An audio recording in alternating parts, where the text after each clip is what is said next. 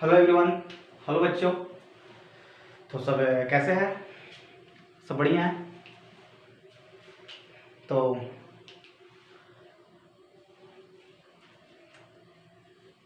सबसे पहले please link को सबसे पहले शेयर करेगा। आज का क्लास क्या होने वाला है पता है तुम लोगों को? आज का क्लास हम लोग सीक्वेंस एंड सीरीज पढ़ेंगे। पिछले दिन थर्मोडायनेमिक्स क्लास किए थे, आज हम लोग सीक्वेंस एंड सीरीज पढ़ेंगे। ठीक ना, आईआईटी का क्लास है तो आप लोग ध्यान से पढ़िएगा। सीक्वेंस एंड सीरीज मतलब इसमें क्या है, ये पूरा थ्योरी समाप्त हो जाएगा एक ही वीडियो में। ठीक ना, एक ही वीडियो में आप लोग पूरा थ्योरी समाप्त हो जाएगा सीक्वेंस एंड सीरीज आईआईटी के लिए। आप लोग ध्यान से पढ़ते रहिए, रेगुलर बने रहिए। ठीक है, और कोई दिक्कत हो तो आप हमें संपर्क कीजिए। ठीक, आप जो लिंक दिया गया है डिस्क्रिप्शन में आप उसे फॉलो कीजिए। फेसबुक पे मिल जाएंगे, और फेसबुक पे नवीन कुमार सर्च कीजिए, और इंस्टाग्राम नवीन भाई 27 कुमार। ठीक है, तो make sure to hitting like button to subscribing the channels. ठीक, magic the videos link in the description box. ठीक है, नेक्स्ट वीडियो मिलने वाला जो है उसका जो लिंक है और डिस्क्रिप्शन में उसमें दिया गया है, आप लोग जाकर देखें। चलो हम लोग क्लास को स्टार्ट करते हैं। तो सबसे पहले बात, सब लोग सीक्वेंस एंड सीरीज लिखकर डैश दीजिए। इससे भाई जेईई मेन में 2 क्वेश्चन पूछता है। ठीक है, इस बार मार्च वाले अटेम्प्ट में 18 क्वेश्चन पूछा था। 18 क्वेश्चन भर पूछा था भाई सीक्वेंस एंड सीरीज से। सीक्वेंस एंड सीरीज लिखकर सब डैश देगा, सीक्वेंस एंड सीरीज। इससे भाई इसी में पढ़ना हमको एपी जीपी एचपी, तुम लोग 10th क्लास में पढ़ा होगा। ठीक ना, इसको एपी जीपी एचपी, लेकिन यहाँ थोड़ा ज़्यादा पढ़ना है, विशेष में पढ़ना है। ठीक है, तो आईआईटी के लिए है तो भाई यहाँ पर विशेष में डिटेल में पढ़ना पड़ेगा। तो इससे भाई मार्च अटेम्प्ट में जेईई मेन में 18 क्वेश्चन आया था। कोई कोई सिर्फ में 2-2 क्वेश्चन पूछा था, कोई में एक भी क्वेश्चन पूछा था। ठीक है, क्वेश्चन आसान रहता है, आप लोग देखिए। हम आपका इसको आईआईटी का क्वेश्चन भी करवाएंगे। ठीक है, तो चलो स्टार्ट करते हैं। नए बच्चे हैं तो चैनल को सब्सक्राइब करेगा, लाइक करेगा और शेयर जरूर करेगा, ताकि अन्य भाई भी शेयर देख सकें। आप फेसबुक पे हैं तो नवीन फिजिक्स सेंटर सर्च कीजिए, इंस्टाग्राम पे है नवीन भाई 27 कुमार। ठीक है, चलो स्टार्ट करते क्लास। सीक्वेंस एंड सीरीज सब लिख कर डैश देगा। ठीक है, सीक्वेंस एंड सीरीज लिख कर सब डैश देगा। सीक्वेंस एंड सीरीज क्या है भाई? तो सबसे पहली बात हम सीक्वेंस के बारे में थोड़ा सा पढ़ेंगे। सीक्वेंस है क्या भाई? सीक्वेंस है ना जो सेकेंडिंग टर्म होता है, यानी कि बढ़ते क्रम वाला होता है। ठीक ना, ये क्या होता है? डिफिनिट ऑर्डर होता है। तो लिख लीजिए थोड़ा सा सीक्वेंस के बारे में। पूछता नहीं है, हम यहाँ आईआईटी के लिए पढ़ा रहे हैं तो भाई उतना हमें डिटेल में जाना नहीं है। सिर्फ आईआईटी में जिस तरह से पूछेगा हम उस तरह से काम करेंगे, ताकि आपका आईआईटी का एग्जाम का क्वेश्चन आराम से बन जाए। तो आप लोग सीक्वेंस है तो सीक्वेंस थोड़ा सा लिख लीजिए। सीक्वेंस के बारे में, सीक्वेंस है क्या, सीक्वेंस के बारे में थोड़ा सा लिख लीजिए। सीक्वेंस है क्या? Sequence is a seconding term. यह क्या है? Seconding term. ये क्या होता है? सीक्वेंस इज ए पूरा सेट होता है जो क्या होता है? बढ़ते क्रम, यानी सेकेंडिंग टर्म होता है। इंग्लिश उसका sequence is a set of seconding term. और क्या होता है? And definite order. ये क्या होता है? इसका जो ऑर्डर होता है वो क्या होता है भाई? डिफरेंट होता है। सेकेंडिंग टर्म में जैसे मैं सेकेंडिंग टर्म इसके यहाँ पर थोड़ा सा लिख लो। ठीक ना, A1 A2 A3। ठीक है, अब वो दिखाई दे रहा है, देखो सीक्वेंस क्या है? सीक्वेंस ये सेट ऑफ सेकेंडिंग टर्म। ठीक है, ये क्या होता है? डेफिनेट ऑर्डर में होता है, मतलब डेफिनेट होता है इसका डेफिनेट ऑर्डर। समझ में आया? तो आप लोग इसे नोट कीजिए, सीक्वेंस है क्या। ठीक, जल्दी से इसे नोट करो।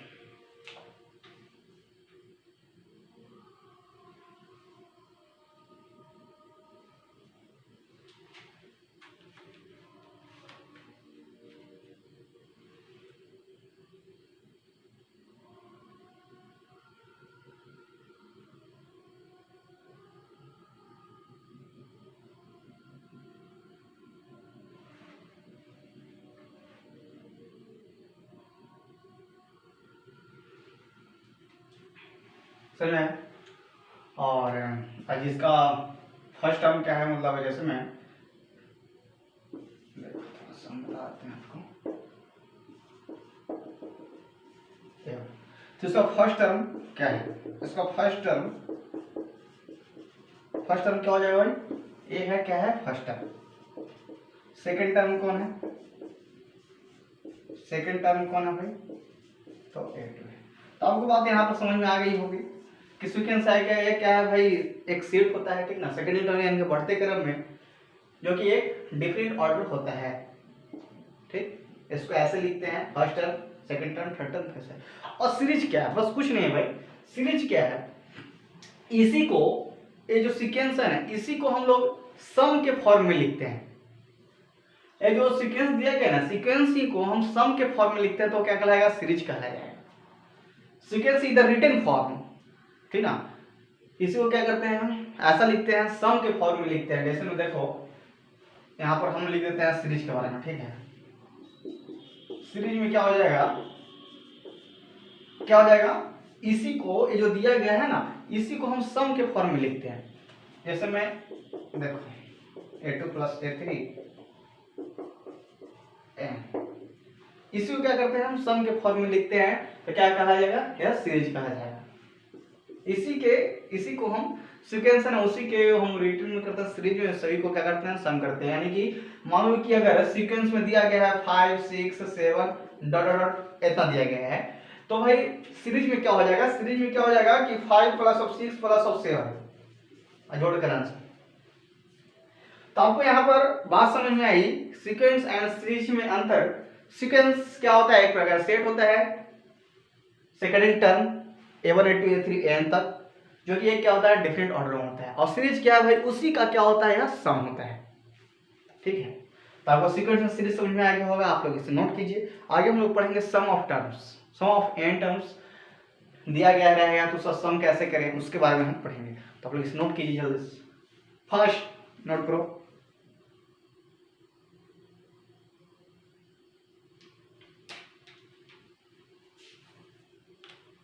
आगे हम लोग पढ़ेंगे सीक्वेंस में सम करना है, sum of first n terms in the sequence. First note कीजिए इसको।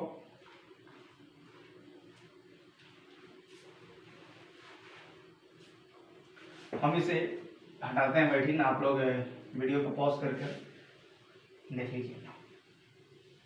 सबसे पहले लिंक को शेयर कर देगा, चैट में जो जुड़ेगा।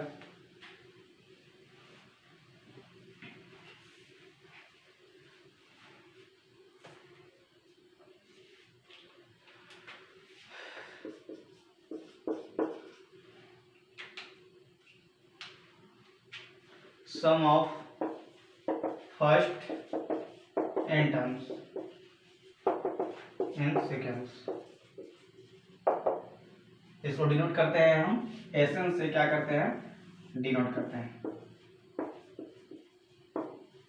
सीक्वेंस के जो सम होता है उसको हम डिनोट करते हैं एसएन से, यानी कि एसएन इज इक्वल टू क्या हो जाएगा, एसएन इज इक्वल टू क्या हो जाएगा, सभी का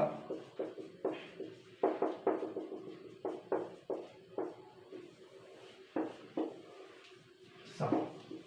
ये क्या भाई, sum of first n terms in the sequence. Sequence में अगर sum of first n terms लिखाया गया है, क्या करना है, सभी को ऐड कर दीजिए। सिंपली क्या कर दीजिए, ऐड कर दीजिए। कोई मार्कर नहीं चल रहा है, ये मार्कर नहीं चल रहा है, इसमें n बराबर है।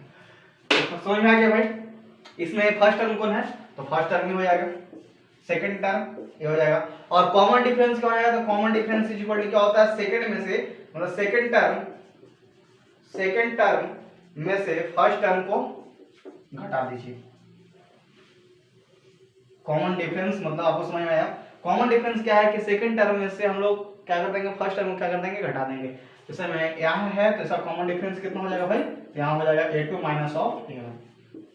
यहाँ लिख सकते हैं A3 - A2, यहाँ लिख सकते हैं A4 - A3। मतलब डिफरेंस सेम आना चाहिए, सभी का डिफरेंस क्या आना चाहिए, सेम आना चाहिए, ठीक है। उसको क्या कहते हैं, कॉमन डिफरेंस। समझ में आया भाई, कॉमन डिफरेंस समझ में आया, फर्स्ट टर्म इसे कहते हैं कॉमन डिफरेंस। समझ में आया, दोनों का डिफरेंस जो होता है वो क्या होता है, कॉमन डिफरेंस। ऐसा सभी का सम जल्द से नोट कीजिए। आगे हम लोग बढ़ते हैं।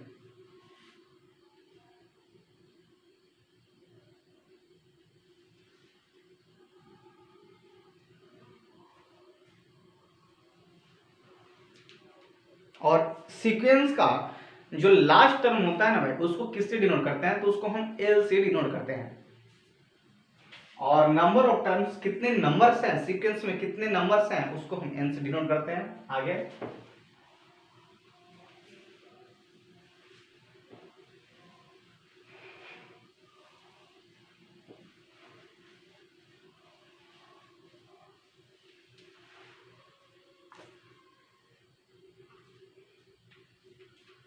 चलो,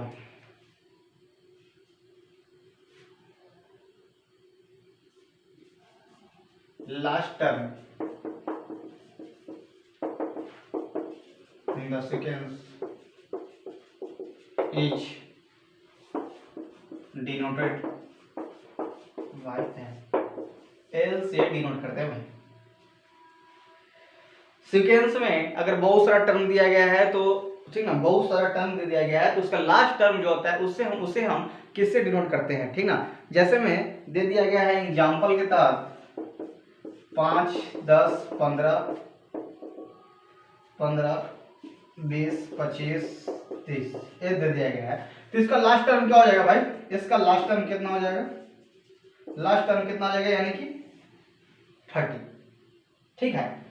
तो कितना हो जाएगा 1 2 3 4 5 6 स्थान पर 6 इज इक्वल टू 30। और टोटल नंबर्स, इसमें नंबर ऑफ टर्म्स कितने हैं भाई, इसमें टोटल नंबर्स कितने हैं, तो 1 2 3 4 5 1 6, तो टोटल नंबर ऑफ टर्म्स कितने हैं भाई 6। आपको ये बात समझ में आ गई, कुछ नहीं, देखो भाई आपको यहाँ बहुत अच्छे से समझ में आएगा तब जब आप मेरा पीछे क्लास पढ़ लिए अच्छा से, ठीक है। यहाँ कुछ नहीं है, हम उसको रिवीजन करवा रहे हैं, मतलब बता रहे हैं आपको, दिमाग में मतलब यहाँ पर हिला रहे हैं, कुछ नहीं है, समझ में आ रहा है। तो अगर आप वहाँ सही से पढ़े हैं तो आपको यहाँ एकदम आसान लग रहा होगा, किसी प्रकार का भारी नहीं लग रहा होगा, तो आपको यहाँ समझ में आ गया। सीक्वेंस में अगर कोई लास्ट टर्म होता है उसको हम किससे डिनोट करते हैं, तो उससे हम एल से डिनोट करते हैं। और फर्स्ट टर्म तो जानता है, फर्स्ट टर्म हो गया, ये क्या है second term, third term, fourth term, common difference सबका सेम है जी। देखो तो कॉमन डिफरेंस, दोनों घटाएंगे 5, दोनों घटाएंगे 5, दोनों घटाएंगे 5, तो क्या है समझ में आया। रेगुलर इंटरवल में क्या हुआ है लिखा हुआ है, समझ आया भाई। चलो जैसे नोट कीजिए आप, समझ में आया। आगे हम लोग पढ़ेंगे एपी, स्टार्ट करते हैं, ठीक है।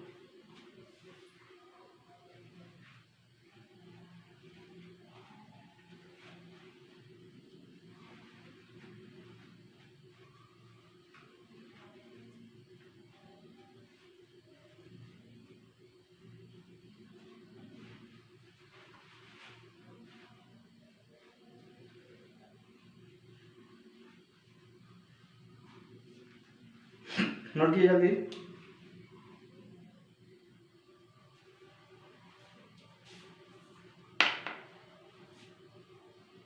आगे हम लोग पढ़ेंगे फॉर्मूला पढ़ेंगे, ठीक ना। फाइंड करेंगे n term by S n, formula for find nth term, find S n. S n में हम लोग एन फाइंड करेंगे, ठीक है। नोट कीजिए।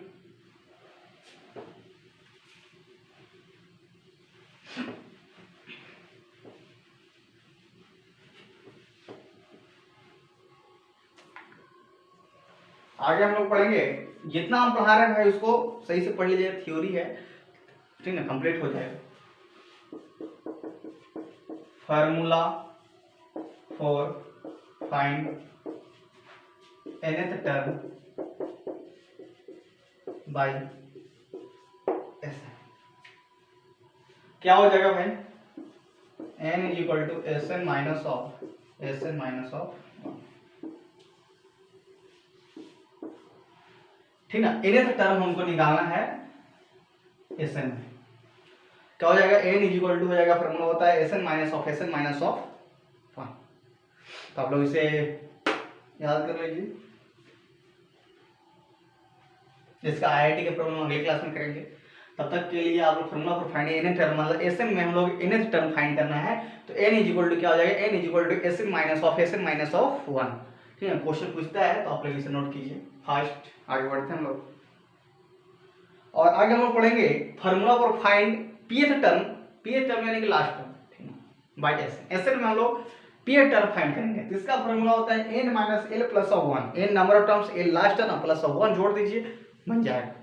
जल्दी से नोट कीजिए, हम आगे बताते हैं।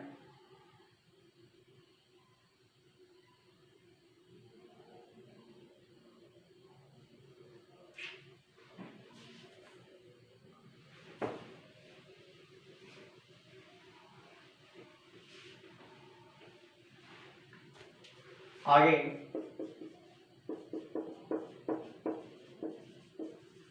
Formula for find pth term from n, pth term from n निकालना है भाई। pth टर्म n क्या हो जाएगा, फॉर्मूला हो जाएगा n minus of r plus of,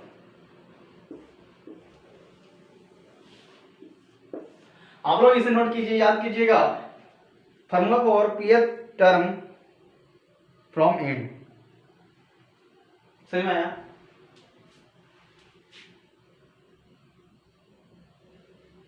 finding pth term from n क्या हो जाएगा, formula n minus of r plus of 1,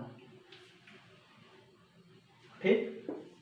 formula आपको याद रखना होगा। अभी मतलब जो क्लास का जो असली पार्ट है वो एपी से स्टार्ट होगा। अभी हम लोग धीरे धीरे आपको पढ़ रहे हैं, पूरा रिवीजन करवा रहे हैं एपी से। देखिए क्लास कितना तेजी से आगे बढ़ेगा, तो आप लोग धीरे धीरे इसलिए बता रहे हैं कि आप लोग अगर नहीं पढ़े होंगे तो आप लोग यहाँ समझिएगा। पीएट टर्म फ्रॉम n क्या हो जाएगा, n minus of r plus of 1। जल्दी से नोट करो, आगे हम लोग बढ़ते हैं, एपी स्टार्ट करते हैं, ठीक ना। जल्दी से नोट कीजिए, हम लोग एपी स्टार्ट करते हैं, ठीक। सही भाई, ध्यान से पढ़ेगा। सबसे पहले लिंक को सब शेयर करेगा, हम थोड़ा सा देख लेते हैं कौन कौन जुड़े हैं और क्या कर रहा है सब।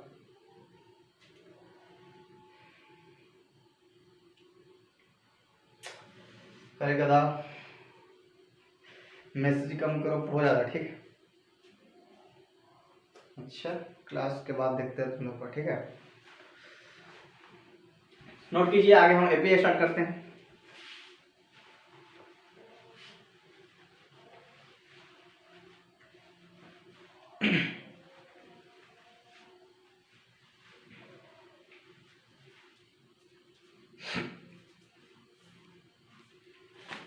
आप लोगों को तो फाइनाइट और इनफिनाइट के बारे में जानते होंगे भाई। फाइनाइट क्या होता है, एक डेफिनेट ऑर्डर मतलब इनफिनाइट। देखो थोड़ा सा आप लोग यहाँ समझ, आप पता हो ही होगा फाइनाइट क्या होता है। फाइनाइट ऑर्डर क्या होता है, मतलब एक निश्चित रूप, जैसे में 2 4 6 7 8 जाकर क्या हो जाएगा, रुक जाए। 10 क्या हो जाएगा, जाकर रुक जाए। फाइनाइट टर्म कहलाता है। इनफिनाइट टर्म क्या है, इनफिनाइट टर्म मतलब चलते जाए, ठीक ना, उसका कोई अंत नहीं है। इसको हटा दो, देखने में चला गया, ठीक ना। फाइनाइट और इनफिनाइट के बारे में आप समझ में आया, पता ही होगा, तब भी समझ लीजिए फाइनाइट और इनफिनाइट के बारे में। समझ में आया भाई? आगे हम लोग पढ़ते हैं एपी। एपी स्टार्ट करते हैं, एपी का क्लास। तो आप लोग एपी क्या होता है,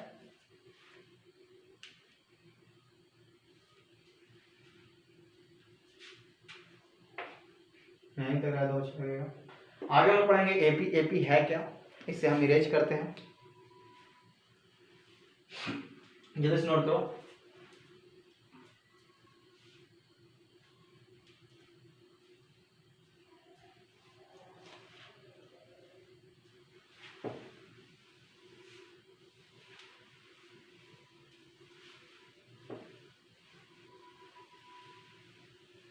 एपी लिख के सब डैश दीजिए भाई। एपी है क्या, एपी क्या है भाई, एपी एक प्रकार का सीक्वेंस है जो कि सेकेंडिंग भी होता है और प्रेसीडिंग भी होता है। AP is sequence in which that seconding term preceding term is always constant. क्या होता है, सेकेंडिंग टर्म और प्रीसीडिंग टर्म क्या होता है, हमेशा कांस्टेंट होता है। तो लिखिए एपी क्या है, व्हाट इज एपी। एपी लिखकर डैश दीजिए, जो मार्कर कौन चल रहा है, एपी लिखे सब डैश देगा। एपी यहाँ फर्स्ट क्लास है एपी का, पीछे सीक्वेंशियल सीरीज इसी में पढ़ना है लेकिन उसका अलग क्लास है एपी। फिर इसके बाद हम पढ़ेंगे जीपी, उसके बाद एजीपी, एचपी, उसके बाद एजीपी, ठीक ना। उसके बाद कंबाइनेशन में पढ़ेंगे, बन जाएगा। तो पहला आप लोग अर्थमेटिक प्रोग्रेशन लिखकर डैश दीजिए।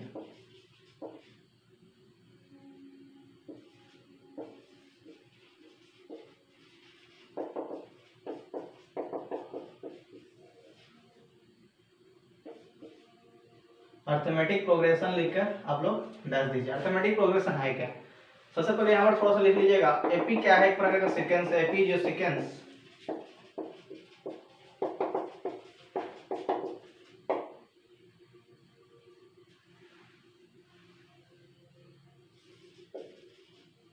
इस term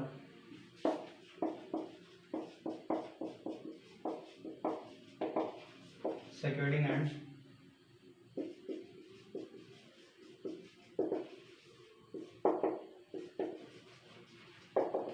term is always constant। क्या आ जाएगा? always constant।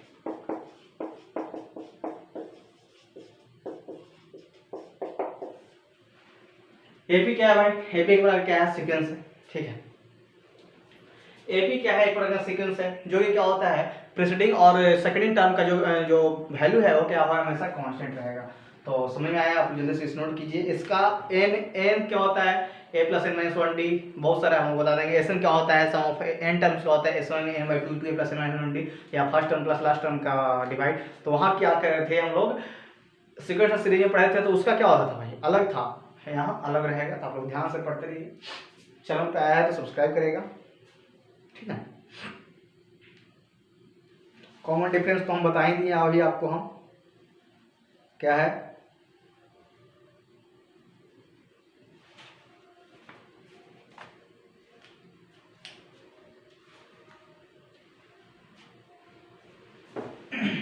कॉमन डिफरेंस तो अभी समझ में आया नहीं तुम लोगों को?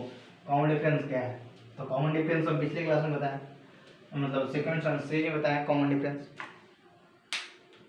जैसे मैं देखूं एग्जाम्पल में 2 4 6 8 10 12 दिया गया है, तो ये क्या हो जाएगा? फर्स्ट टर्म हम आपको ये सीक्वेंस और सीरीज बताया, second term, third term, fourth term, ये क्या है? एनथ टर्म, ठीक ना। तीसरा डी क्या हो जाएगा? कॉमन डिफरेंस क्या हो जाएगा? डी से डिनोट करते हैं, क्या हो जाएगा? सेकंड में से फर्स्ट को हटाइए, तब 4 माइनस 2 क्या हो जाएगा? 2। इसमें से इसमें हटाइए 6 माइनस 2, 6 माइनस 4 कितना हो जाएगा? 2। इसमें से इसमें हटाइए 8 माइनस 6 कितना हो जाएगा? 2। सभी का देखो कॉमन डिफरेंस क्या हो रहा है? सेम। तो क्या कहेंगे? ये क्या है? अर्थमेटिक प्रोग्रेशन का जो वैल्यू लिखा हुआ है क्या है? सही है। तो जल्दी से नोट कीजिए, समझ में आ गया आपको अर्थमेटिक प्रोग्रेशन। और आगे हम बताएंगे कि एपी कब इंक्रीज करेगा, कब डिक्रीज करेगा, कब कांस्टेंट रहेगा, इसी में बताते हैं, ठीक ना। इसे हम इरेज करते हैं। कब एपी इंक्रीज करेगा, कब एपी डिक्रीज करेगा, उसके बारे में हम थोड़ा सा जानेंगे। एपी कब इंक्रीज करेगा, थोड़ा सा यहाँ पर एपी कब इंक्रीज करेगा। तो पहला, अगर डी का वैल्यू अगर पॉजिटिव है, यानी कि 0 से बड़ा है, अभी हम बताया ना डी कैसे निकलेगा। डी कैसे निकलेगा? समय डी का वैल्यू अगर पॉजिटिव है तो क्या करेगा? एपी क्या करेगा? Is increasing. एपी क्या करेगा? इंक्रीज करेगा। दूसरा, डी का वैल्यू अगर नेगेटिव है तो एपी क्या करेगा? डिक्रीज। और तीसरा, डी का वैल्यू अगर 0 है तो क्या हो जाएगा? एपी क्या हो जाएगा? कांस्टेंट। आपको इतना समझ में आ गया? अर्थमेटिक प्रोसेस में क्या होता है? डी अगर पॉजिटिव है तो एपी इंक्रीज करेगा, डी अगर नेगेटिव है तो डिक्रीज करेगा। अगर डी का वैल्यू अगर 0 है तो क्या करेगा? कांस्टेंट होगा। ये बात समझ में आ गया। आगे हम पढ़ेंगे nth टर्म, nth टर्म, ठीक ना। एपी nth टर्म, एपी का हम nth टर्म पढ़ेंगे तो फॉर्मूला होता है n = a + n - 1 डी। तो जल्दी से फास्ट इसे नोट करिए, ठीक है। nth टर्म ऑफ एपी लिख के डाल दीजिए। nth टर्म ऑफ एपी क्या है? nth टर्म ऑफ एपी क्या है? nth टर्म ऑफ एपी क्या है? nth टर्म ऑफ एपी क्या हो जाएगा भाई? n = a + n - 1 * d, जहां a क्या है? फर्स्ट टर्म, n क्या है? नंबर ऑफ टर्म, d क्या है? Common difference. समझ में आया? तो nth टर्म ऑफ एपी का nth टर्म कैसे निकलेगा? तो a + n - 1 * d। nth term of AP क्या हो जाएगा? फॉर्मूला होता है a + n - 1 * d। बस वैल्यू रखिए, आपका n निकल जाएगा। आगे हम लोग पढ़ेंगे d, formula for c d. C d के लिए हम लोग यहाँ पर दो फार्मूला होता है, ठीक ना। कॉमन डिफरेंस के लिए यहाँ पर दो फार्मूला होता है, एक तो पता है कि सेकंड में से इनिशियल को घटा दीजिए, थर्ड में से सेकंड घटा दीजिए, मतलब ये तो समझ में आएगा। लेकिन एक फार्मूला और है, अगर ये सब नहीं दिया गया रहेगा, अगर हमको लास्ट टर्म दिया गया है, फर्स्ट टर्म दिया गया है, नंबर ऑफ टर्म दिया गया है, तो डी निकालना है, तो क्या फार्मूला होगा। क्वेश्चन आपको ये नहीं पूछेगा कि डी ए निकालिए, इतना आसान से नहीं पूछेगा कि लास्ट सेकंड में से फर्स्ट को घटाएंगे, ये नहीं पूछेगा आपको। जो हम अब बता रहे हैं ओ डी का प्रयोग करना पड़ेगा हर समय, ठीक है। हार्ड प्रॉब्लम में जब अब जो बता रहे हैं हम वो उपयोग करना पड़ेगा। फार्मूला फॉर सी डी, जितना हम पढ़ाएं भाई उसको सही से याद कीजिए। कॉमन डिफरेंस के लिए फार्मूला क्या होता है, पहला फार्मूला क्या हो जाएगा, d is equal to last term minus of first term बटा एन माइनस ऑफ 1।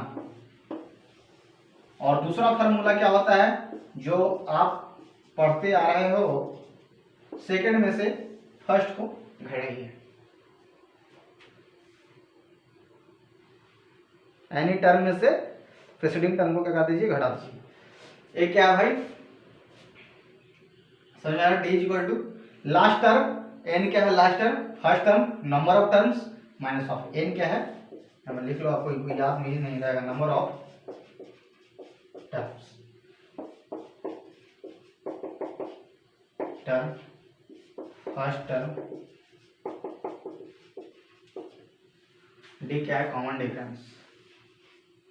तो आपको डी इक्वल टू समझ में लास्ट टर्म में से फर्स्ट टर्म को घटा दीजिए बटा एन माइनस ऑफ 1, या दूसरा फार्मूला सेकंड में से फर्स्ट को क्या कहते हैं, एनी टर्म में से प्रेसिडिंग टर्म को घटा दीजिए, ठीक है। मतलब जो संख्या है उसके जस्ट पहले वाला, मतलब जो संख्या दिया गया है उसके पहले वाला को क्या कहते हैं, घटा दीजिए, तो क्या कह जाएगा, मेरा डी निकल जाएगा। आगे हम लोग पढ़ेंगे सम ऑफ एपी, एपी का सम मतलब sum of any term of AP, sum of first any term AP, AP का सम निकालेंगे, sum of any term AP, sum of first any term, sum of first nth term AP, AP का हम लोग सम निकालेंगे, ठीक ना। तो क्या हो जाएगा भाई, S n is equal to, S n से डिनोट करते हैं ना भाई, एपी का जो पिछले क्लास में बताए थे किस डिनोट करते थे, सभी का सम, सीक्वेंस में सीरीज में क्या करते थे, सभी का sum. S n is equal to क्या हो जाएगा, एपी के लिए n/2 into 2a plus of n minus of 1 into d. S n is equal to क्या हो जाएगा, n/2 into 2a plus n minus 1 into d, जहां n क्या है number of term, sum of first n terms, a first term number of terms, d क्या है common difference. या इसको हम लिख सकते हैं n/2, क्या भाई हम 2a को लिख सकते हैं a प्लस ए, क्या आप यहां पर देखिए, क्या हम इसको 2a को नहीं लिख सकते हैं जी, a प्लस ऑफ ए है, और n माइनस 1 इंटू डी दिया गया है, n माइनस 1 इंटू डी दिया गया है, इतना का आप फॉर्मूला जानते हैं, a plus n minus 1 into D, इसका फॉर्मूला क्या होता है, an। समझ आया कुछ, समझ में आया कुछ, तो क्या लिख सकते हैं, इसको लिख सकते हैं जी a प्लस ऑफ n, इसको ऐसे भी लिख सकते हैं। अधिकतर क्वेश्चन में नहीं दिया गया है, ए दिया गया, मतलब फर्स्ट टर्म और लास्ट टर्म दिया गया रहेगा, तो हमको एसएन निकालना है, तो क्या हो जाएगा, S n is equal to n/2 into a plus of n, यानी कि first term plus of last term, या दूसरी तरफ से a निकालेंगे, S n is equal to n/2 into 2a plus n minus 1 into d। आपको इतना समझ में आ गया, आगे हम बढ़ते हैं, ठीक ना। आगे हम पढ़ेंगे कि मतलब अगर कोई टर्म में अगर कुछ ऐड करते हैं, मल्टीप्लाई करते हैं, सब्ट्रैक्ट करते हैं, तो क्या होगा, एपी में होगा, क्या जीपी में होगा, क्या एचपी में होगा, मतलब कोई अंक दिया गया है, अगर उसमें हम क्या कोई चीज अगर मल्टीप्लाई करते हैं या डिवाइड करते हैं या प्रोडक्ट करते हैं या पावर करते हैं, तो क्या वह एपी कहलाएगा। नोट करो, आगे हम बताते हैं, ठीक है, जल्दी से नोट करो।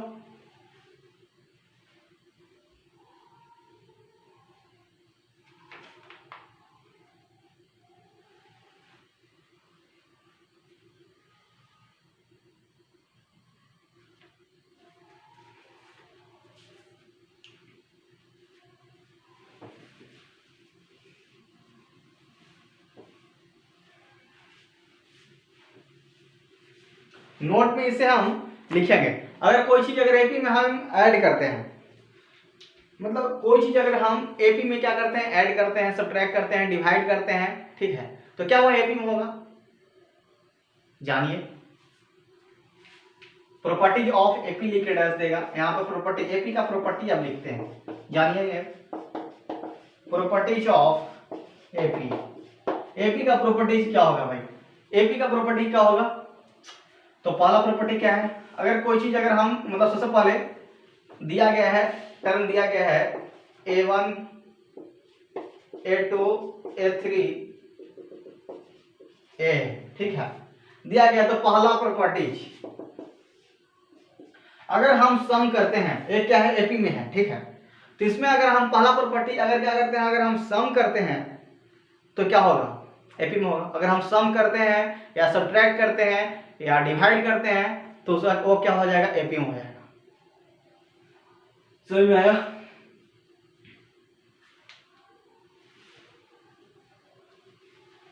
ये क्या है एपी में, तो पता है।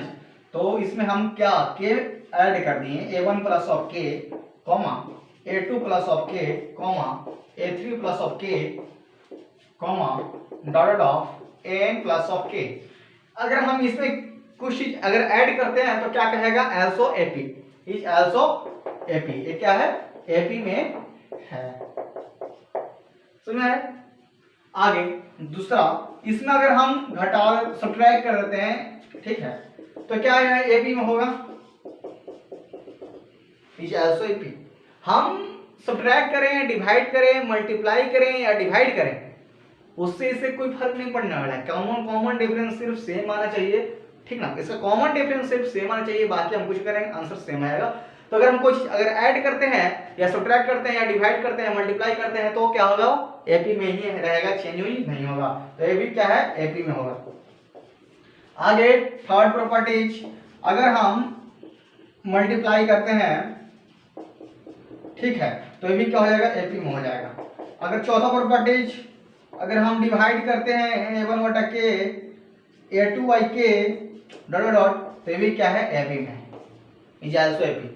तो आपको देखो नीचे समझ में आ रहा है, नीचे दिख रहा है, समझ में आ रहा है जी? अगर पहला सुनो ध्यान से लिख लेना, अगर कोई चीज अगर हम ऐड करते हैं, मतलब दिया गया पहला टाइम ऐसा दिया गया तो एपी में है। अगर कोई चीज अगर हम उसमें ऐड करते हैं तो क्या कहलाएगा? एपी में है। अगर हम सब्ट्रैक्ट कराते हैं तो क्या है? एपी में है। अगर प्रोडक्ट करते हैं तो क्या है? एपी में है। और अगर डिवाइड करते हैं तो क्या कहलाएगा? एपी में है। मतलब अगर कोई चीज अगर हम उसमें ऐड करते हैं, डिवाइड करते हैं, सब्ट्रैक्ट करते हैं या कुछ भी करते हैं, तो उसका वैल्यू चेंज नहीं होगा, वो भी क्या कहलाएगा? एपी में ही होगा।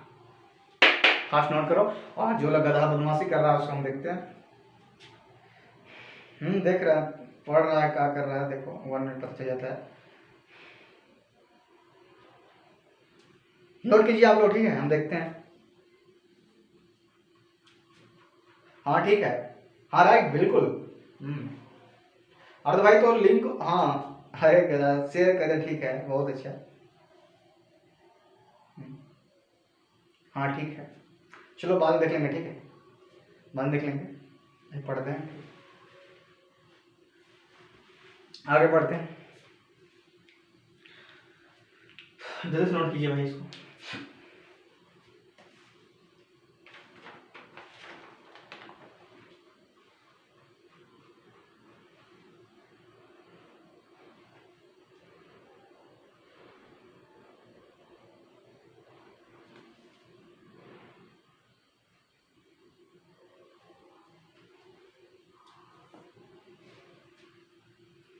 आगे हम पढ़ेंगे 5 प्रॉपर्टी।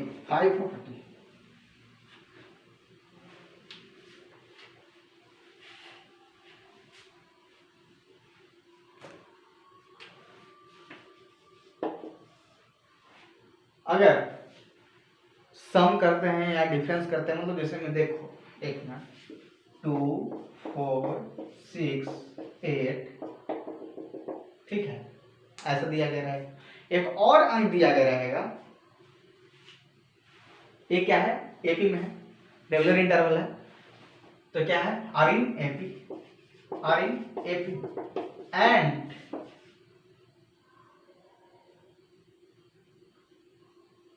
फोर 6 8 10 ए बी क्या है, एपी में है।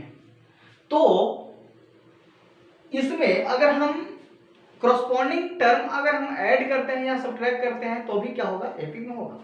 यानी कि अगर 2 plus of 4 comma 4 plus of 6 comma 6 plus of 8 comma 8 plus of 10, ये भी क्या हो जाएगा भाई, आर इन एपी।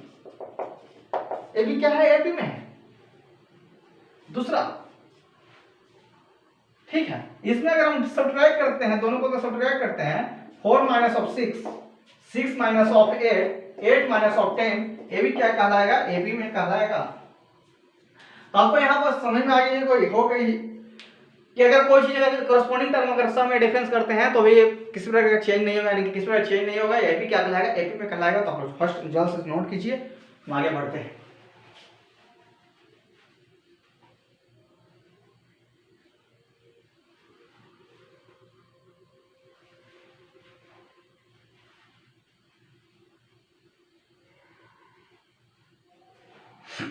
कितना टाइम हुआ, 36, आधा घंटा हो गया, 5 6। अगर एपी को हम कैसे लिखें, ठीक ना, जैसे नंबर दे दिया गया है A1 A2 A3 ऐसे दे दिया गया है, तो कैसे लिखें, डी और ए के टर्म में हम कैसे लिखें।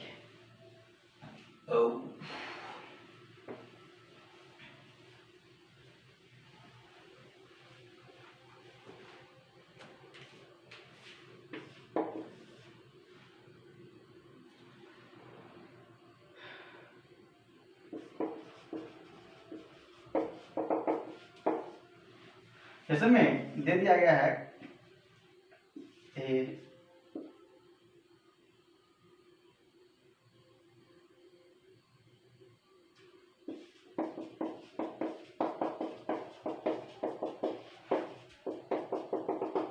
ठीक है, तो कैसे हुआ, एक क्या है A1, एपी में लिखने का तरीका है A2, A2 का आप क्या लिख सकते हैं, तो A plus of D.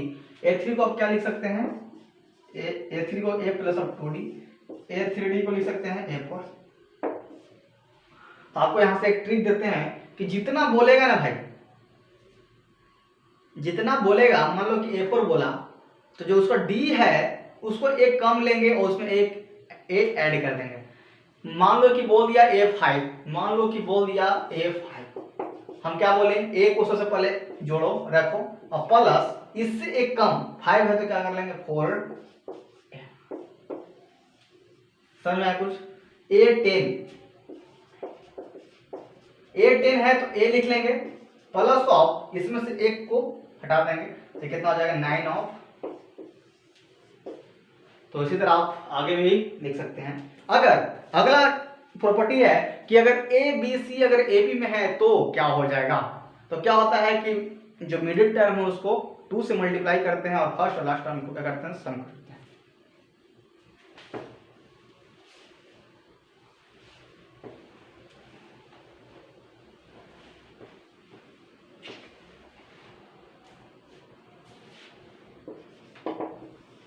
If A B C are in AP, अगर A B C क्या है AP में है तो क्या होता है कि जो मिडिल टर्म है ना भाई उसको क्या करते हैं 2 से मल्टीप्लाई करते हैं is equal to first term और लास्ट टर्म को क्या करते हैं, सम करते हैं।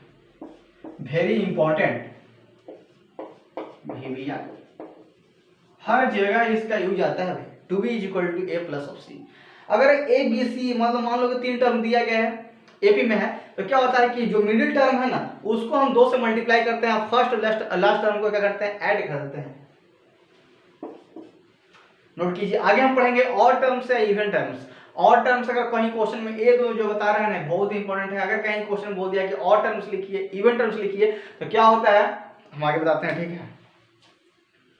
और टर्म्स ऑफ एपी 8, ये भी इंपॉर्टेंट है।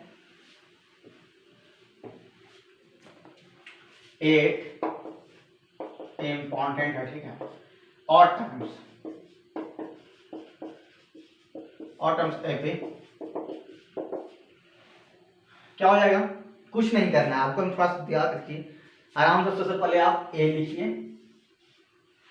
इसमें एक डी ऐड कीजिए और डी घटाइए, ये क्या है और terms. A plus of D, इधर क्या हो जाएगा ए माइनस ऑफ डी, इसमें क्या हो जाएगा एक डी बढ़ाते जाइए, इसमें क्या हो जाएगा ए माइनस ऑफ 2d, क्या हो जाएगा ए माइनस ऑफ 3d। इसी तरह आप जाते रहिए plus of a plus of 3d। समझ में आया भाई? और टर्म्स क्या है आगे पढ़ेंगे, even terms of AP. AP का इवन टर्म्स क्या हो जाएगा, इसको सिर्फ हटा देना रहता है, जो बीच वाला टर्म है उसको सिर्फ हटा देते हैं, बाकी सब ए लिखिए। तो कैसे लिखा जाएगा a minus of d a plus of d, ऐसे लिखा है।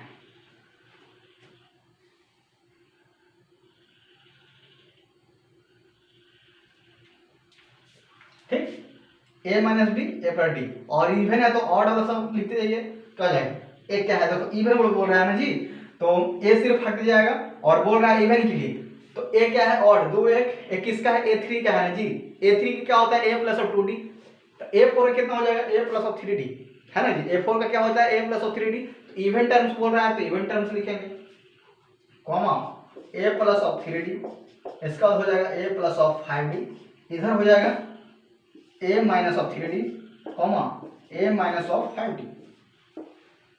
तो आपको समझ में आ गई होगी बात जो हम बताएं, ऑड टर्म्स और इवन टर्म्स।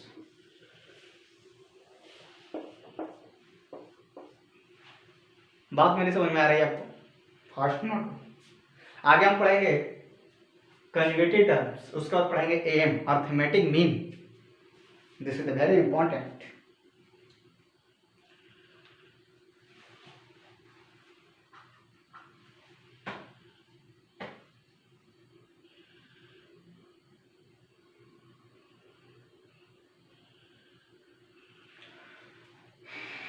टेन प्रॉपर्टीज क्या है कि अगर एपी में अगर कंजुगेटिव टर्म है तो भी उसका क्या हो जाएगा एपी में ही होगा। Conjugative term of AP is also in AP. अगर कोई कंजुगेटिव टर्म अगर एपी में दिया गया है तो क्या हो जाएगा एपी में ही होगा।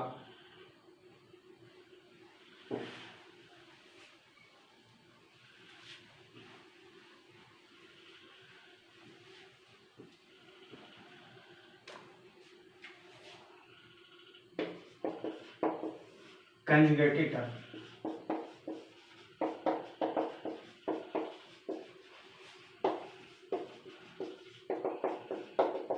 इज आल्सो, अगर कंजुगेटिव टर्म एपी में है तो क्या हो जाएगा एपी में ही होगा। A1 A2 A3 ठीक है, एंड A2 A4 A6, क्या आपको एक कंजुगेटिव टर्म दिख रहा है तो क्या हो जाएगा एपी में हो जाएगा। फर्स्ट नोट करो भाई,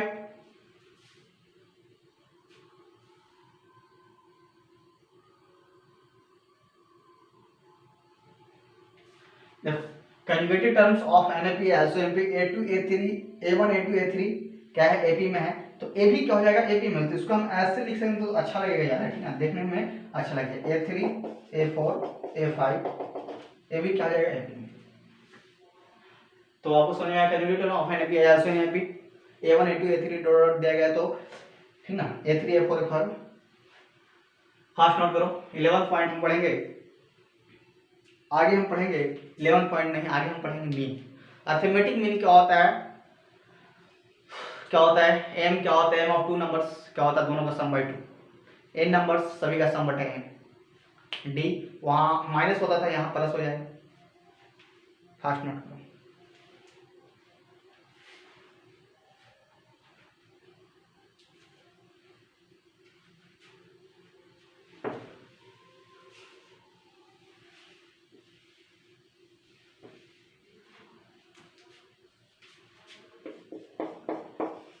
एम ऑफ टू नंबर्स क्या हो जाएगा भाई, एम ऑफ टू नंबर्स दोनों का सम बटा टू, यही है ए और बी क्या है दो नंबर दिया गया है तो एम क्या हो जाएगा दोनों का सम बटा टू। आगे एम ऑफ एन नंबर्स तो क्या हो जाएगा सभी का सम बटा एन, ठीक है। बस आप लोग फटाफट नोट कीजिए भाई।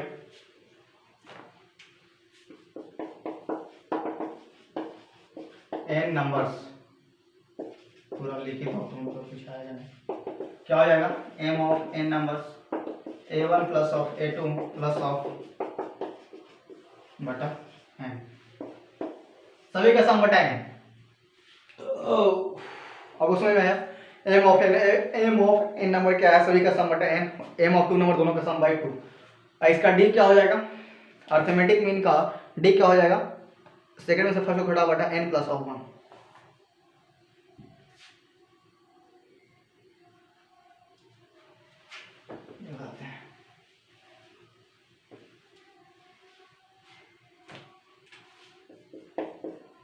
n m between two numbers a and b, n m between two numbers a and b, तो क्या हो जाएगा, इसका d क्या हो जाएगा, स्मॉल लिखो, कैपिटल नहीं स्मॉल, क्या हो जाएगा भाई, 2 नंबर दिया गया रहेगा ना, मतलब 2 ही नंबर दिया गया जी, a1 a2 a3, a क्या है बीच में है, मतलब यहाँ आपको लिख दिया जाए, नहीं समझ में आएगा,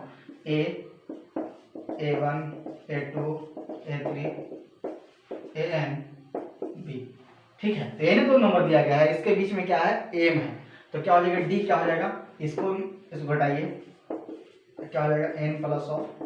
याद करने का तरीका हम आपको बताते हैं, एपी में क्या होता है, यहाँ पर सेकंड उसमें क्या होता है, लास्ट टर्म में से फर्स्ट टर्म घटाइए, अब बटा n माइनस 1, यहाँ पर क्या हो जाएगा, दो नंबर दिया गया फाइनल में से घटाइए, अब बटा n प्लस ऑफ 1, और के टर्म क्या हो जाएगा, तो a के अब क्या हो जाएगा, a प्लस ऑफ k और d का वैल्यू यहाँ पर से पुट कर देंगे, के टर्म ऑफ am लिखा जाएगा।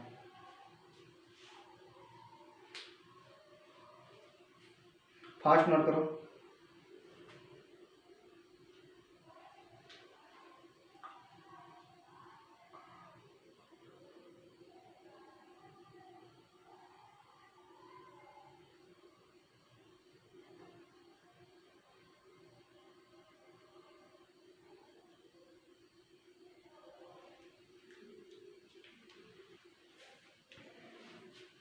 आगे हम पढ़ेंगे इम्पोर्टेंट पॉइंट, और आपका एपी समाप्त होगा, ठीक है, कुछ ही मिनटों में। प्रॉपर्टीज, ठीक है, यहाँ पर याद रखिएगा क्या है प्रॉपर्टीज। पहला property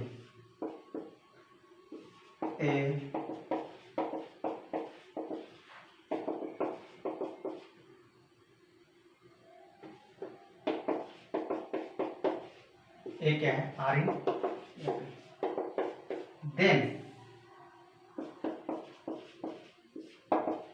A1 A2 A3 A4 r in AM। क्या वो कुछ सुझाव, अगर एम 2 टर्म के बीच में है तो क्या होगा एपी, और जो बीच वाला टर्म है वो क्या कहलाएगा एम। तो आपको कुछ कुछ दिख रहा होगा भाई, वेरी वेरी इंपॉर्टेंट, आप लोग इसे याद कीजिएगा, छूटना नहीं चाहिए बाबू। और अब ये बताएं डी क्या हो जाएगा, d is equal to n+1 third, k term क्या हो जाएगा a plus of k d का वैल्यू यहाँ पर से यहाँ पर रख दीजिए। आगे फोर्थ यहाँ पर करता है note to fast.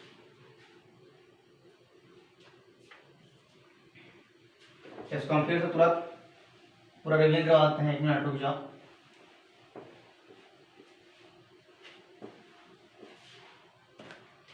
Fourth, sum of all n m इज क्या हो जाएगा, n into a plus b बटा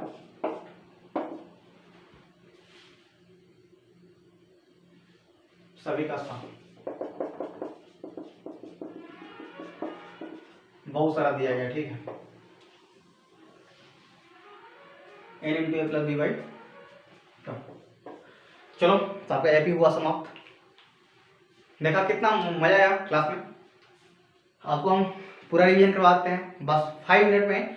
ये 5 मिनट बहुत इंपॉर्टेंट है, आपको हम पूरा रिवीजन एपी का हम 5 मिनट में आपको हम रिवीजन कराते हैं, ठीक है। तो इतना समझ आएगा, हम शुरू से आपको रिवीजन कराते हैं एपी, थोड़ा सा समझेगा ध्यान से। शुरू में पहला से एपी क्या है, एपी क्या है भाई, एक प्रकार का सीक्वेंस है जो कि प्रेसिडिंग टर्म और सीक्वेंडिंग टर्म क्या होता है, डिफरेंट ऑर्डर में, यानी कि इसका जो वैल्यू होता है कांस्टेंट होता है। एपी क्या है, एक प्रकार का सीक्वेंस है जो कि प्रेसिडेंट टर्म और सेकेंडरी टर्म क्या होता है, कांस्टेंट होता है। अगला इसका एन टर्म क्या होता है, a plus n is equal to a plus n minus d. D का कॉमन डिफरेंस क्या होता है, लास्ट सेकंड में फर्स्ट को घटाइए, ठीक है। और जो a1 plus a2 plus a, तो a1 क्या है फर्स्ट टर्म, a2 क्या है सेकंड टर्म, इतना समझ आ गया। आगे डी, अगर एन ए में रिलेशन दिया गया है, डी में रिलेशन दिया गया है, तो हमको एन डी निकालना है, तो d is equal to formula होता है last term minus first term बटा एन माइनस ऑफ 1, यानी कि एन माइनस ऑफ ए बटा एन माइनस ऑफ 1। आगे और डी का वैल्यू आता है सेकंड में से फर्स्ट को घटा दीजिए। और आगे प्रॉपर्टीज ऑफ एपी, एपी का प्रॉपर्टीज समझो, अगर किसी भी चीज, अगर एपी में अगर हम कोई चीज ऐड करते हैं, सब्ट्रैक्ट करते हैं, डिवाइड करते हैं, मल्टीप्लाई करते हैं, कुछ भी करते हैं, तो क्या कहलाएगा, एपी में हो जाएगा। अगर ए बी सी अगर एपी में है तो क्या हो जाएगा, 2 into middle term is equal to first term plus last term. अगर कंजुगेटिव टर्म अगर एपी में है तो सभी कंजुगेटिव टर्म क्या हो जाएगा, एपी में हो जाएगा। आगे देखो पूरा कंक्लूजन करना है, दिमाग को खोल कर रखना। अगर मतलब और टर्म्स क्या होता है भाई, ए और terms of AP, A minus d, a plus d, a minus 2d, A plus of 2, ठीक है 2d। और ठीक है, और इवन टर्म्स क्या होता है, ए जो है उसको हटा देना है, तो आप लिखिए a minus d, a plus d, a minus of 3d, a minus of a plus of 3d, a minus of 3d। और आपको एपी में लिखने का टर्म बताते हैं, अगर A4 है, A4 तो उसको कैसे लिख सकते हैं, तो ए प्लस ऑफ 3d लिख सकते हैं। A3 है तो कैसे, ए प्लस ऑफ 2d। A1 है तो A सिंपली, A2 है तो A प्लस ऑफ डी। आपको लिखने का टर्म समझा दिए हैं। आगे एम क्या है, दो नंबर क्या हो जाएगा, एम ऑफ 2 नंबर्स क्या होगा, दोनों का सम बटा 2, एम ऑफ n नंबर्स सभी का सम बटा n। डी क्या हो जाएगा, जो दो नंबर के बीच में बहुत सारा m दिया गया है, तो उसका क्या होता है, लास्ट में से फर्स्ट को घटाइए बटा n plus of 1, kth term of m तो a plus of k D, d का वैल्यू यहाँ पर पुट करो। आगे नेक्स्ट क्या है, अगर a1 a2 b लास्ट तक a क्या है, ab में है, तो a1 a2 a3 क्या हो जाएगा, am हो जाएगा, ठीक। नेक्स्ट समझ में आया ना जी। और a क्या हो जाएगा, प्लस के डी, डी का value d minus b minus a बटा एन प्लस। लो क्लास बहुत अच्छा रहा, पूरा एपी हम समाप्त कर दिए, ठीक है। जीएमएन के लिए है इंपॉर्टेंट, आप लोग सही से पढ़ लीजिएगा। अगला क्लास, नेक्स्ट क्लास हम लोग जीपी लेंगे, 5 मिनट ब्रेक लेते हैं, उसके बाद ठीक ना, 5 मिनट का ब्रेक है, आप लोग फर्स्ट से इसे नोट कीजिए, और पानी नहीं पीना है पी लो। तुरंत हम लोग जीपी का क्लास स्टार्ट करते हैं। एपी समाप्त हो गया, एपी समझ में आ गया, किसी नया बच्चा है to get hitting the buttons, like buttons and to get subscribing channels, समझ में आ गया। कोई दिक्कत हो तो आप हमें कांटेक्ट कीजिए, ठीक है। 5 मिनट का ब्रेक है, जल्दी से नोट कीजिए, जैसे पानी पीना है पियो, ठीक है। 5 मिनट बाद में होते हैं, ठीक है। जीएम हम स्टार्ट करते हैं, जल्दी से नोट करो इसको, तब इंक भी भरा जाएगा। 5 मिनट ब्रेक है भाई।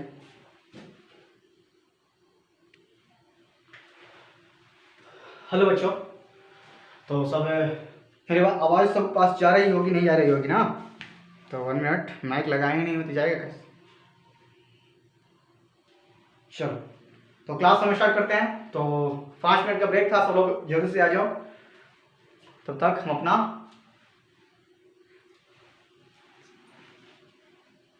चश्मा लगा लेते हैं, ठीक है। जीपी का क्लास हम लोग स्टार्ट करते हैं, इंक भर लेते हैं। जीपी का क्लास क्या है, स्टार्ट करते हैं हम लोग, ठीक है। तो एपी पिछले क्लास में हुआ, सबसे पहले भाई लिंक को शेयर कर देगा, ठीक है। और नया बच्चा सब्सक्राइबिंग चैनल्स, 1 मिनट।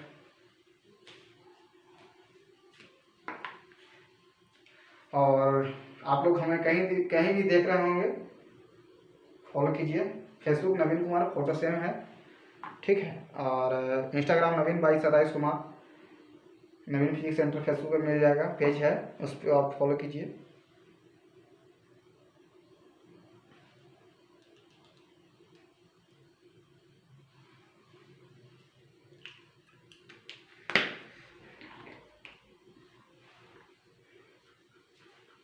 चलो जीपी लिख के डैश देगा। जीपी क्या है, फर्स्ट क्लास से स्टार्ट करते हैं। आईआईटी की हो रहा है क्लास, ठीक है। तब लोग मन से धैर्य बनाकर बैठे रहे हैं, सब समझ में है। लिंक को सब शेयर करेगा, ठीक है। दूसरा क्या है, जियोमेट्रिक प्रोग्रेशन,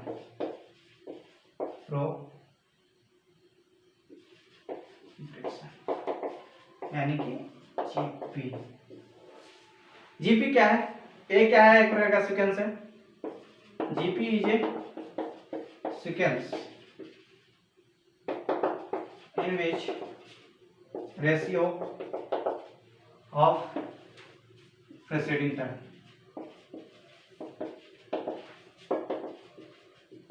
यानी कि अगर दिया गया है a1 a2 a3 a4 dot dot an, तो यानी कि r का वैल्यू क्या हो जाएगा, रेशियो होता है a2 बटा a1, क्या हो जाएगा a3 बटा a2 a4 बटा a3, r का वैल्यू। ज्योमेट्रिक प्रोग्रेशन क्या है, ए क्या होता है, सीक्वेंस है जो क्या होता है, रेशियो होता है प्रेसिडेंट टर्म। इसका आर का वैल्यू उसमें डी होता था, वहां डी की जगह पर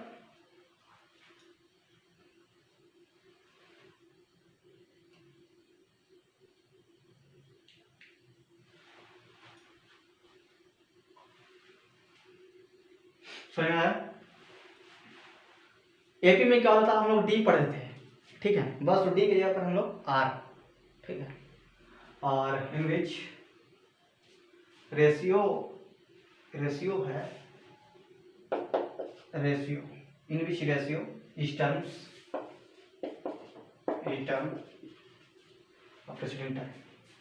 समझ में आर कैसे है, वहां डी होता था, सेकंड और फर्स्ट उठा दे, यहाँ क्या होता है, रेशियो होता है, ठीक। और इसमें कैसे जीपी को कैसे लिखते हैं, आपको हम यहाँ सब समझाते हैं। वहां एपी को लिखने के लिए क्या करते थे, ए plus d, a plus 2 D, a plus 3 D, ऐसे करते थे। तो जीपी में क्या हो जाएगा भाई,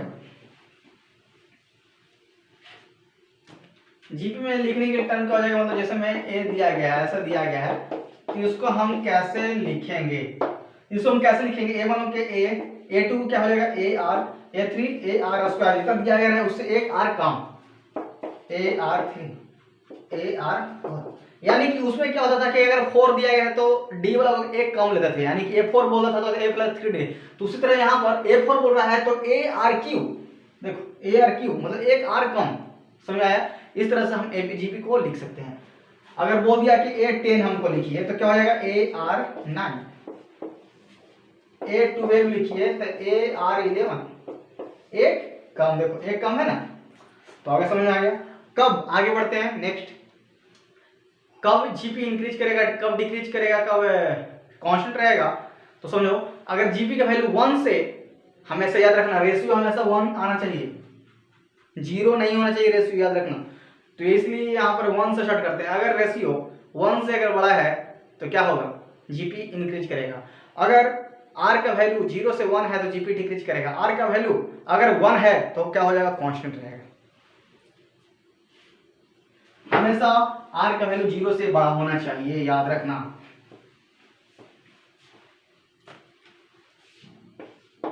दूसरा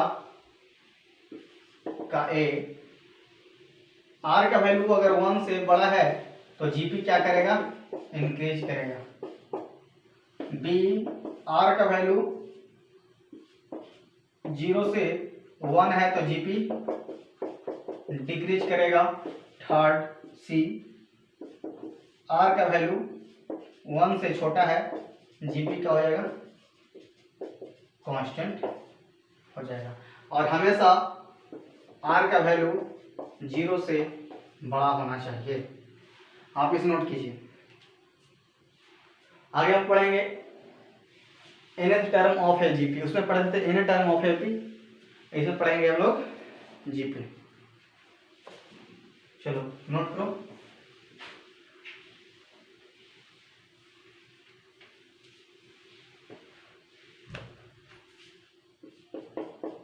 nth टर्म ऑफ जीपी, एक मिनट 1 मिनट भाई।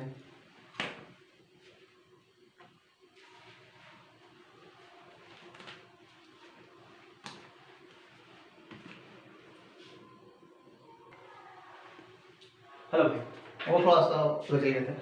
तो आगे पढ़ लेंगे n term of a GP. N term of GP क्या है? तो एन इज इक्वल टू क्या हो जाएगा? ए आर के power n minus of 1। GP का एन टर्म क्या हो जाएगा? ए आर के पावर एन माइनस ऑफ 1। और इसका हम लोग क्या निकालेंगे?